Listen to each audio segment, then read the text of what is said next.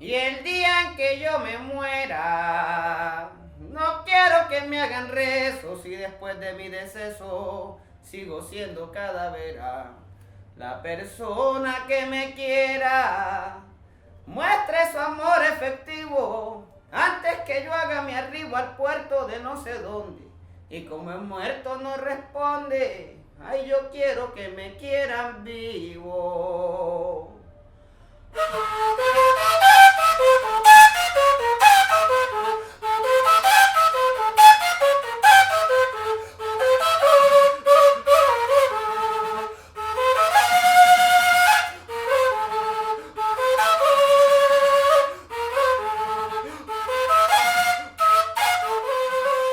Muy buenas tardes, estamos aquí en compañía de Jorge Pardo, que ha tenido a bien acompañarnos en esta tarde para hablar un poco de su trabajo, para hablar un poco de su proceso creativo, de sus intereses como artistas y queremos sobre todo conocer un poco de los detalles de su historia. Jorge, muchísimas gracias por estar acá, por haber aceptado esta invitación. Realmente es un gusto. No, compa, gracias por la invitación, ha estado bien amena, de verdad, muy divertido. Bacano. Jorge, cuéntanos un poco de tu infancia, de cómo fue tu acercamiento primerizo hacia los instrumentos, hacia la música. Bueno, en realidad como que hay como una leyenda en mi familia que es mi abuelo materno. Pues la familia materna mía es de San Jacinto y la familia paterna mía es del interior del país, de Boyacá. Yo nací aquí en Cartagena, pero como te decía, había como una leyenda alrededor de mi abuelo porque él era un muy buen músico, que estuvo como, digamos, en esa época dorada de acá de la ciudad de los años 40, años 50, de cuando estaba Pedro Laza, Clímaco Sarmiento, toda esta gente. Mi abuelo tocaba con muchas bandas de esas, entonces siempre era como una leyenda que había ahí. Entonces digamos que en primera mano ahí fue cuando me llamó la atención la música y pues hubo un tiempo que como alrededor de los 8 años que yo vivía en el barrio en el Prado. Empecé a tener contacto con la gaita y me empezó a dar mucho la atención. Entonces digamos que ese fue como mi primer acercamiento con la música. Como tal, que ese instrumento la verdad me pareció algo muy mágico, muy particular la verdad. Sabes que uno como siempre de niño cree como en fantasías y en magia y en toda esta cuestión y digamos que yo encontré como en ese mundo de la gaita como un paralelo a lo que era la fantasía, ¿sí? Sí, eso es lo que pasó. Luego siguiendo como con la historia de mi abuelo, cuando supieron que me estaba llamando la atención la música, entonces todos querían que yo tocara saxo porque mi abuelo era saxofonista.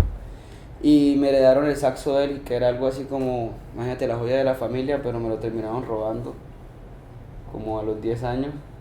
Entonces como por azares de la vida terminé tocando trompeta. Digamos que, y cuando terminé tocando trompeta, digamos que ahí ya sabía que iba a ser músico. Así fueron como mis inicios, pues, de niño. Un, dos, tres y...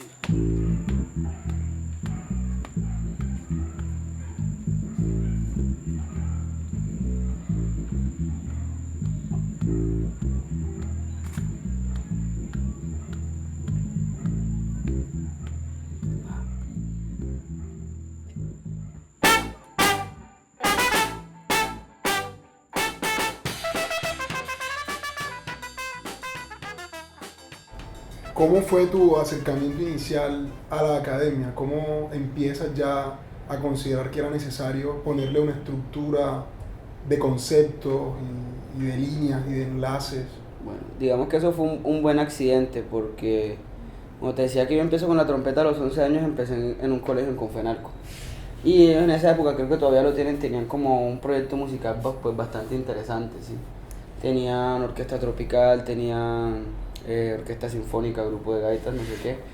Y todo se enfocaba también a la parte académica porque nos daban clases, entonces digamos que fue donde yo empecé a conocer lo que era el mundo académico de la música.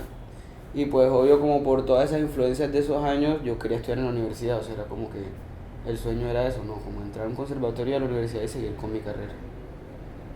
Sí, tú has dicho que hay una relación ahí para ti en esa primera infancia entre la música y la magia, entre lo sobrenatural quizá y esas preguntas iniciales que uno se hace de niño sobre lo espiritual, sobre la naturaleza de la vida. Imagino que que un poco encontraste respuestas en el instrumento y en la música.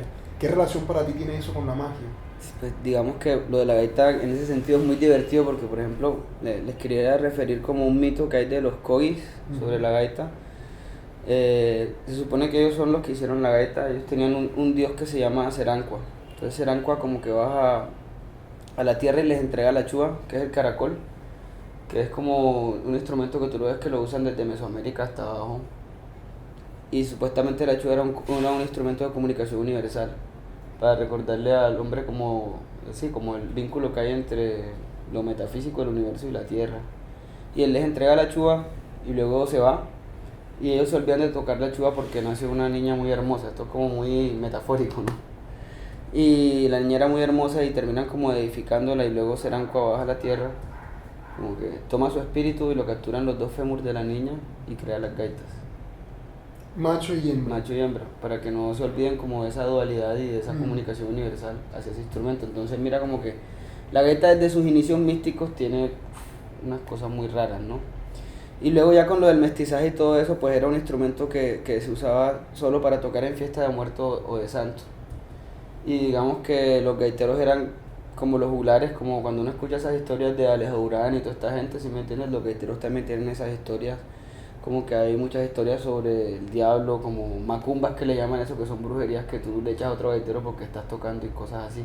Entonces digamos que es un mundo totalmente mágico y obviamente como que uno de niño es como que wow, si me entiendes. Por ejemplo, la primera vez que yo fui a un festival, mi maestro no me decía como toca así o toca así o consejos, los consejos de él era como que mira, aquí en la mochila tienes una contra, si algún gaitero te queda mirando los ojos, no lo quedes mirando, no te quedes escuchando, como que cosas así, si me entiendes, muy, muy mágicas, que obviamente como que te montan en la película y ahí quedas, sí. ¿Y crees en eso tú? ¿Crees que haya la posibilidad de que alguien pueda controlar un aspecto del mundo exterior con un ensalmo, con una palabra, con un rezo? Yo sí creo, o sea, yo creo en la intención. Sí, para mí la magia es eso, la magia para mí es ciencia, pero eso es intención. Así como tú sabes que nosotros somos como generadores electromagnéticos andantes, ¿sí me entiendes? Sí. Por eso el hecho de tener átomos podemos como intervenir en la materia, entonces yo creo en la intención. Por ahora que me dices eso, hay un tema que a mí me parece muy chévere de la música, que yo eso sí, pues lo conocí fue como ya en la universidad y todas esas cosas, pero lo relaciono mucho también con todo este misticismo, ¿no? Que es lo de la música de las esferas.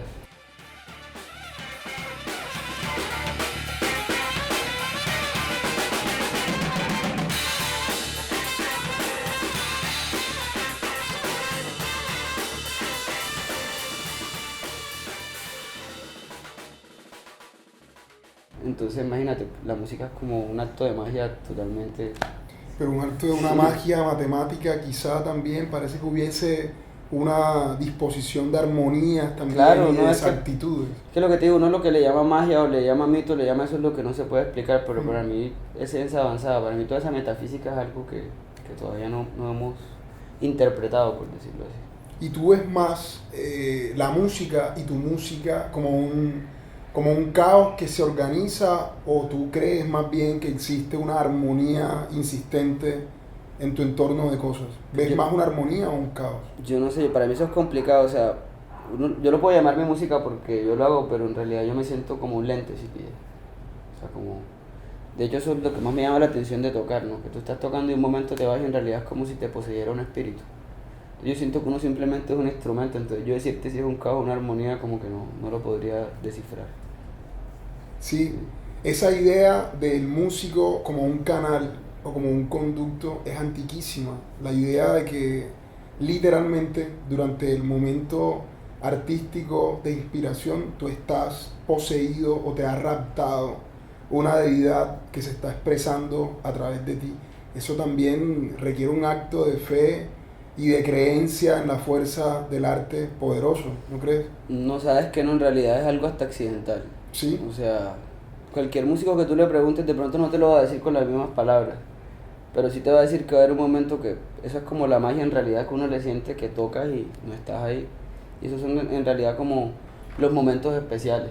O sea, como que toda esa técnica y todas esas cosas que hay en el oficio del músico es para poder lograr eso. Sí. Como algo real, como lo que estamos haciendo ahora, estamos hablando, ¿sí me entiendes? Sí, a pesar de que pensamos nuestras palabras, pero yo no estoy pensando en cómo voy a articular la lengua para pronunciar cierta consonante o algo así, o sea, está saliendo. Simplemente lo dejas natural. ir, sale, sí. Lo mismo se busca con la música, entonces por ende es como que es innegable, o sea, para mí no es una idea, no es una como algo que pudieras probar o no, o sea, es una verdad.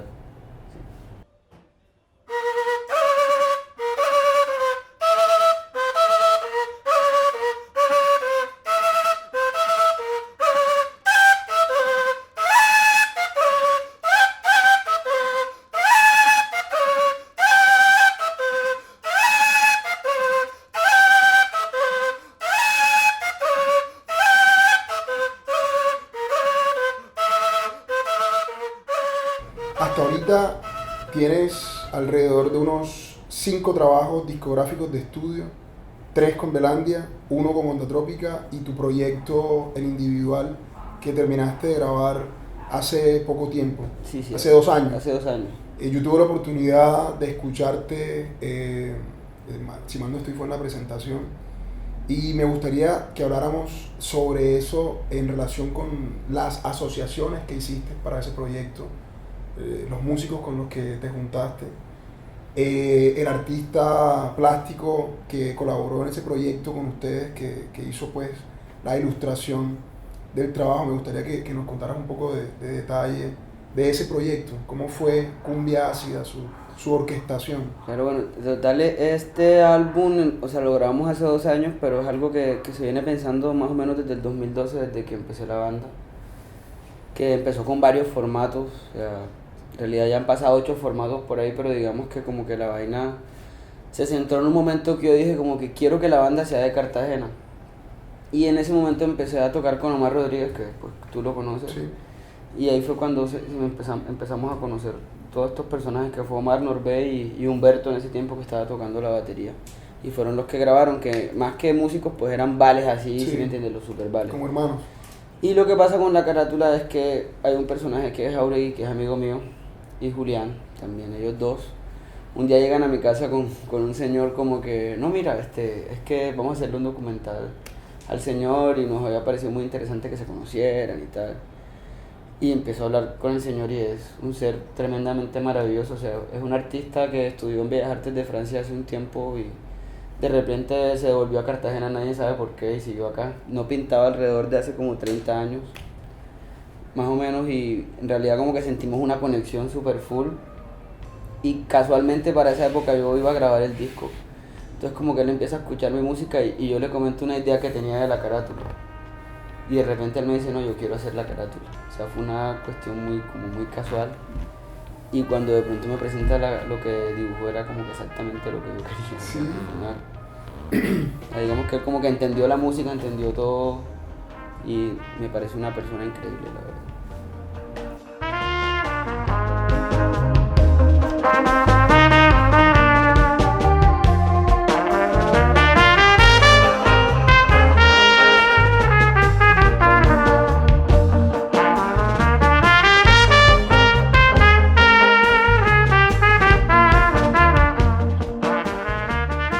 ¿Cuánto tiempo tardó el proceso de grabación de ese trabajo? Una noche.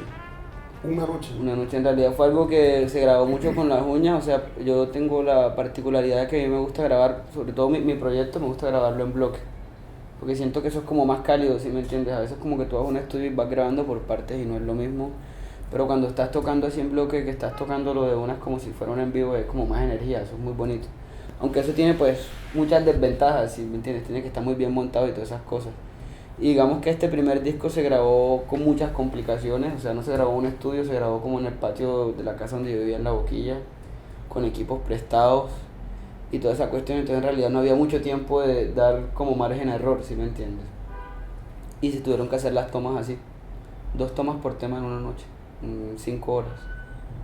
¿Cómo relacionas este trabajo, y lo digo en particular por el adjetivo que utilizas en el título, ácido o ácida en este caso, con toda una tradición que aparece pues en la salsa, que aparece en el jazz?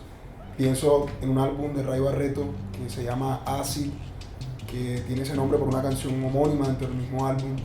¿cómo relacionas digamos, la noción o el concepto, cómo experiencias tú eso del ácido y la música? ¿El ácido acaso la altera, la desmenuza, la convierte en otra cosa, y una estructura sólida, y el ácido la ablanda? ¿Cómo es para ti? Pero, o sea, para mí con la palabra ácido yo la uso más como un sabor, ¿sí me entiendes? Entonces hay una cosa de la costa que a mí me parece muy brutal, que la misma sensación que he sentido con las gaitas, o por ejemplo, es como algo muy lejos, pero es lo mismo que también puedo sentir con el punk o con el rock así pesado, no sé. Pero yo lo asocio con un sabor porque, o sea, no hay nada más costeño que el sabor ácido, ¿sí me entiendes? O sea, el limón, o tú te comes, no sé, un mango biche con pimienta y que te causa eso. A mí, que hablamos al principio antes de la entrevista, que me decía si yo sentía la música como que la relacionaba con algo, yo la relaciono mucho con sabores. Sí. Entonces digamos que cuando esas sensaciones así fuertes me hacen sentir como cuando te comes un limón. Y por eso es el uso de la palabra. Y cumbia, ¿qué encuentras ahí para ti tan significativo en eso de la cumbia? ¿Qué aglutinas hay? ¿Qué recoges en Pues eso? imagínate, como que en mi proceso como compositor, yo siempre he compuesto en relación a la gaita. De la gaita salió la cumbia. O sea, entonces todo lo que yo hago es cumbia. Es como que imposible no usar esa palabra. Antes de que arrancáramos, tú decías que sentías que la trompeta era para ti más, no sé, algo más acá, quizá más de un concepto, y la gaita era un instrumento para ti más intuitivo, más de sensaciones, más quizá visceral, más de sensaciones, insisto. Claro, porque fue también la manera de aprender. ¿Sí? Digamos que yo con gaita yo aprendí, como decía, a la vieja escuela, como a manera tradicional, de que no te dicen, estás haciendo la escala de la menor, entonces tienes que hacer esta nota o esta otra, sino que yo aprendí de la manera tradicional, que es tradición oral, sí. Y te dicen más como que tienes que sentir. Entonces digamos que mi relación con la gaita es más de sensaciones que de técnica, por decirlo así. Sí. Que a mí la trompeta, pues obviamente yo primero empecé estudiando trompeta clásica, después composición. Entonces como digamos que la trompeta, yo sé perfectamente todo lo que hago y no hay como poder de la sorpresa, ¿sabes? En la gaita no, en la gaita son solo sensaciones.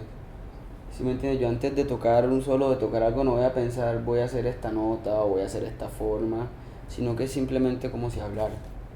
Buscas el asombro en lo que haces. Cuando Claro. encuentras eso, te gusta encontrar la sorpresa de la plena novedad, de algo que acabas de hacer y que a ti mismo Claro, te imagínate. maravilla. Si eso no sucediera, estuviera muerto.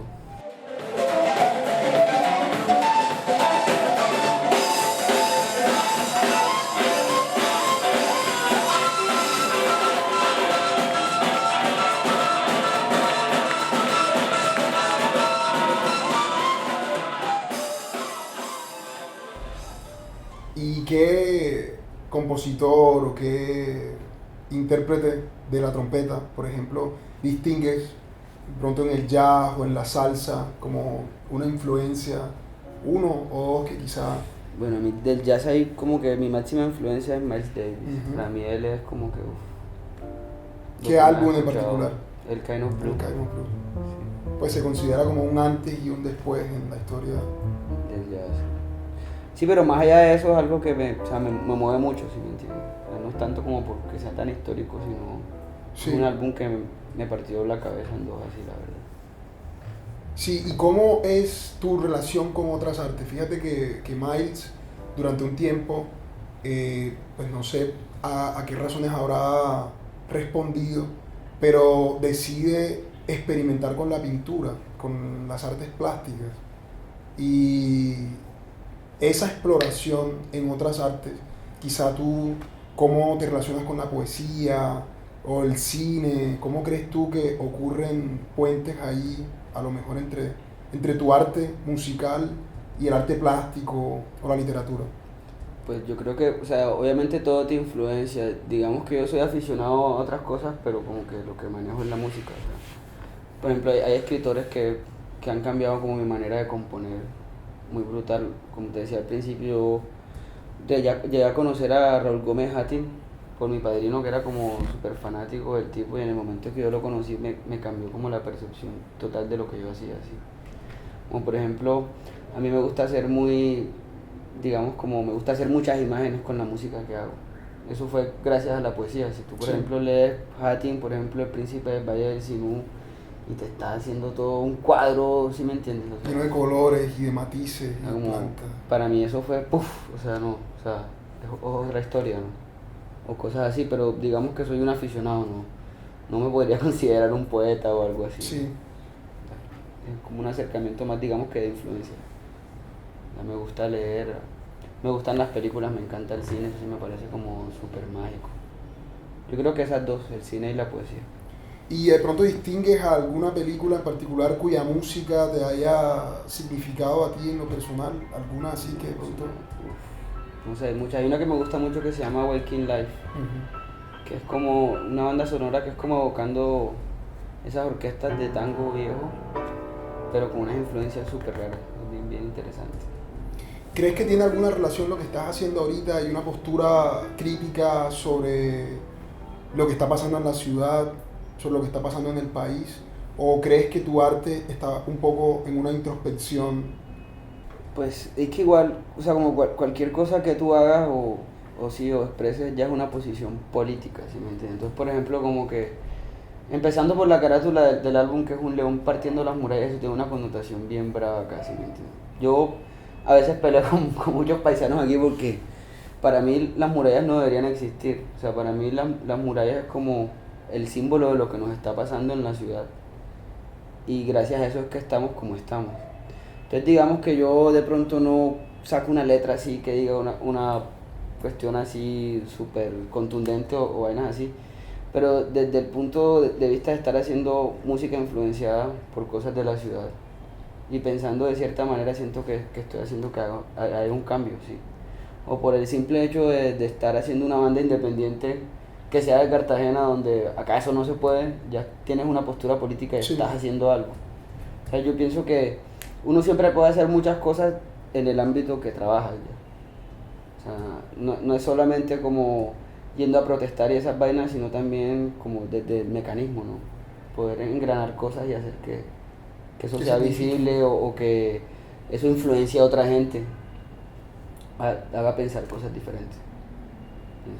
De las cosas nuevas, de las cosas que tú crees que no sean, digamos, tradición o rescate o significación de cosas históricas, sino, digamos, de lo contemporáneo, ¿qué encuentras para ti así necesario? En cuanto a la música, Sí, en cuanto a la música, digamos, en la electrónica, en el rap. Bueno, mira, es que a mí me parece que en este momento, no sé, igual, debe ser porque estoy viviendo acá en Colombia y toda la vuelta, pero a mí me parece que el movimiento musical que está sucediendo en Colombia es algo muy interesante. Y en realidad como que lo que más me influencia en este momento contemporáneo son como mis amigos, los que están alrededor, o sea, Sí. bandas como por ejemplo como Pino Morel, sí, como Chongo, no sé si conoces, Chongo de no Colombia, conozco. como Pino Beto, sí. sí, como Beto Cumbé, como Mitú, como Fabián. Fabián Todos. Sí, que Fabián para mí es un proceso también súper importante, lástima que no lo he vuelto a escuchar mucho, pero son influencias en serio que yo siento que Estuvo están acá haciendo hace como 15 días y compartimos un rato. claro, es un personaje, entonces son cosas que te digo que yo siento que como músico, como artista, en este momento de mi vida estoy en el lugar que tengo que estar.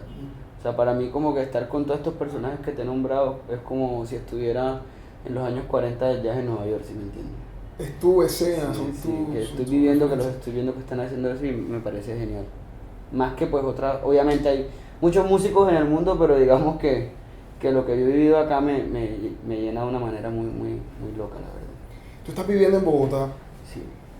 ¿Cómo es para un pelado como tú, que evidentemente pues tiene unas raíces caribeñas, unas raíces en un lugar tan concreto y tan lleno de significado como los Montes de María?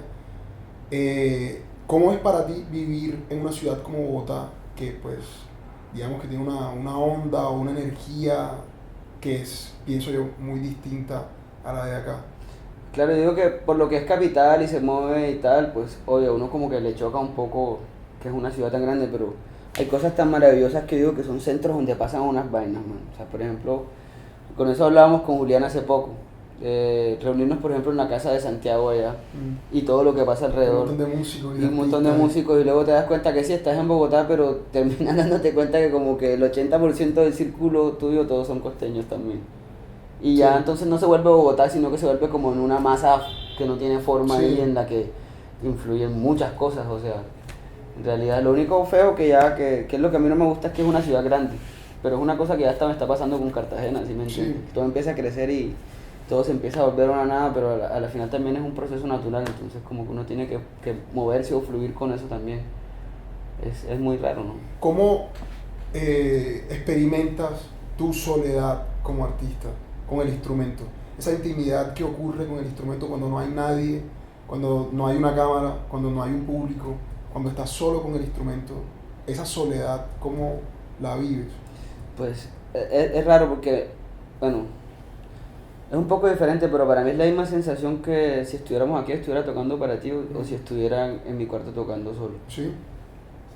Si no estuviera con el instrumento, sí es diferente la sensación, ¿sí me entiendes? Pero es que de cierta manera cuando casi todos los músicos cuando están tocando es como si te aislaras en un cubo, ¿sí me Sí. entiendes? En ese momento que estás tocando es como que te aislaras y no hay nadie más. De hecho, pues a mí me pasa algo particular que cuando yo estoy tocando nunca abro los ojos. O hago un concierto y no puedo hablar sino hasta el final, o sea, es como que no existe nadie. Estás abstraído Estoy mientras abstraído estás ahí.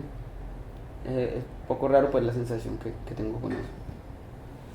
Y la ebriedad, ¿qué has explorado como músico en la ebriedad? Quiero decir, no digo el descontrol, sino ese momento de la ebriedad en el que, pues, estimulada por licor o cualquier sustancia, y esa atmósfera que se pueda generar para ti, ¿cómo ha sido explorarte en medio de eso? Pues yo pienso de esas cosas como que es algo onírico también. Igual como que tú con la música también llegas a esos puntos. Y si tú te pones a ver unas vainas como que las drogas y el alcohol y todo ese cuento siempre han estado como con la humanidad Sí. de una forma muy loca. Hace poco yo leía una cuestión de la escuela de los misterios leucínicos en Grecia. O sea que se supone que Sócrates estuvo en esa escuela y todo, entonces ellos como que consumían hongos del cornezuelo para tener visiones o estimularse, ¿sí me entiendes? Digamos que es algo que siempre está ahí, o sea, hay algo también me parece muy raro, que es que no sé si tú sabes eso, pero todas las sustancias lo que te hacen en el cerebro no son las sustancias que tú te tomas.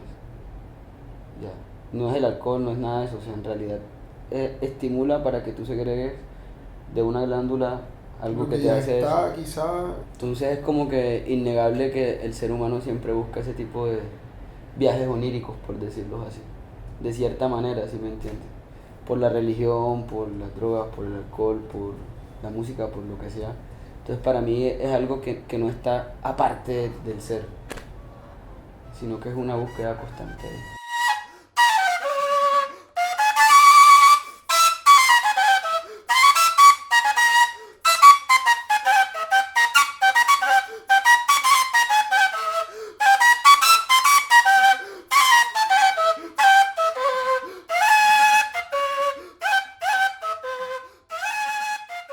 y esos paisajes de los Montes de María, para ti, ¿qué han implicado en tu trabajo? No, a mí me parece algo súper surrealista, o sea, en realidad. Lo que te contaba, mi sueño cuando niño, cuando pues empecé con la gaita, era ser como esos gaiteros viejos que eran a modo de juglares que estaban de pueblo en pueblo y de fiesta en fiesta cruzando todos los montes de María y si me entienden, no sé, encontrándote con el Moán y todas esas cosas. Y en parte como hace poco empecé otra vez como a recorrer eso, como ir a San Jacinto, fui a San Juan, fui a San José del Peñón, que es una vereda que queda cerca de San Juan de Pomuceno. Y es súper loco ese mundo porque uno como costeño, estando en la ciudad, tú no te imaginas que ese mundo existe. O sea, uno está aquí en la ciudad y tú ves la playa y la popa y no sé qué, o vas a Barranquilla, no te imaginas. Pero vas allá y de pronto te encuentras con un río, man, y tremenda montaña y a las 6 de la tarde hace frío y tienes que poner una chaqueta, así, ¿me entiendes? O sea, es como otro mundo totalmente diferente. Por ejemplo, en los Montes de María hay quetzales. Sí, Ya, imagínate eso. Tú estarías de pronto ver un quetzal así, o sea, es muy mágico. Que no, nunca te imaginas que tengamos como que todo ese mundo, es muy surrealista. Y ahí es cuando te das cuenta porque la música es así también. O sea, es increíble, la verdad.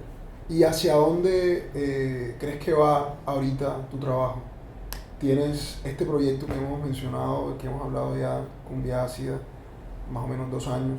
Me contabas ahorita que tienes una colaboración con un grupo británico, Steam Down. Con Steam Down, sí.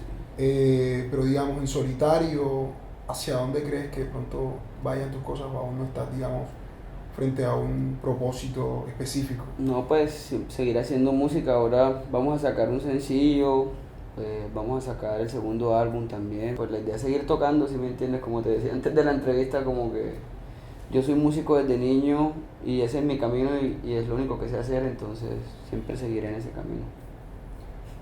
Yo quiero agradecerte por habernos permitido escucharte, ahondar en estas intimidades tuyas que creo que de algún modo son necesarias para el espectador, para el que te escucha como músico, para el que te escucha con una gaita, porque surgen siempre preguntas sobre el que está haciendo sonar el instrumento y creo que aquí hemos tratado de responder algunas y por eso te estamos agradecidos. Espero de verdad que insistas en tu instrumento, que insistas en tus búsquedas y que sigas, parcero, creciendo y regalándole al mundo tu música. Gracias. No, hombre, compa, gracias por la invitación. Sí, la dije.